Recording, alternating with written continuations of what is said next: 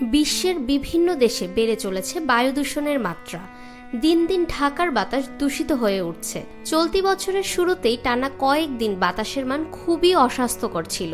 তারই ধারাবাহিকতায় আজ সকালেও ঢাকার বাতাস অস্বাস্থ্যকর অবস্থায় রয়েছে। মঙ্গলবার সকাল 9টায় আন্তর্জাতিক বায়ুমান প্রযুক্তি প্রতিষ্ঠান IQAir থেকে এ তথ্য জানা যায়। 299 স্কোর নিয়ে আজ বায়ু দূষণের শীর্ষে ভারতের শহর দিল্লি, যা এখানকার বাতাসের মান নাগরিকদের জন্য খুবই অস্বাস্থ্যকর। একই সময়ে 225 স্কোর নিয়ে বিশ্বের দূষিত শহরের তালিকায় দ্বিতীয় অবস্থানে রয়েছে সেনেগালের শহর ডাকার। এদিকে 184 স্কোর নিয়ে অস্বাস্থ্যকর শহরের তালিকায় তৃতীয় অবস্থানে রয়েছে রাজধানী ঢাকা। IQAir স্কোর 0 থেকে 50 ভালো হিসেবে বিবেচিত হয়, 51 থেকে 100 মাঝারি হিসেবে গণ্য করা হয়, আর সংবেদনশীল গোষ্ঠীর জন্য অস্বাস্থ্যকর বিবেচিত হয় 101 থেকে 150 স্কোর।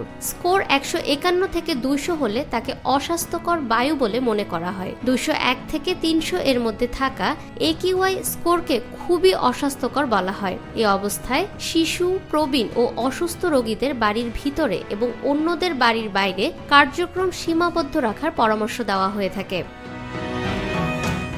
এছাড়া 301 থেকে 400 এর মধ্যে থাকা IQAir ঝুঁকিপূর্ণ বলে বিবেচিত হয়, যা নগরের বাসিন্দাদের জন্য গুরুতর স্বাস্থ্য ঝুঁকি তৈরি করে। বায়ু দূষণ গুরুতর স্বাস্থ্য ঝুঁকি তৈরি করে থাকে। এটা সব বয়সী মানুষের জন্য ক্ষতিকর, তবে শিশু, অসুস্থ ব্যক্তি, প্রবীণ ও অন্তঃসত্ত্বাদের জন্য বায়ু দূষণ খুবই ক্ষতিকর।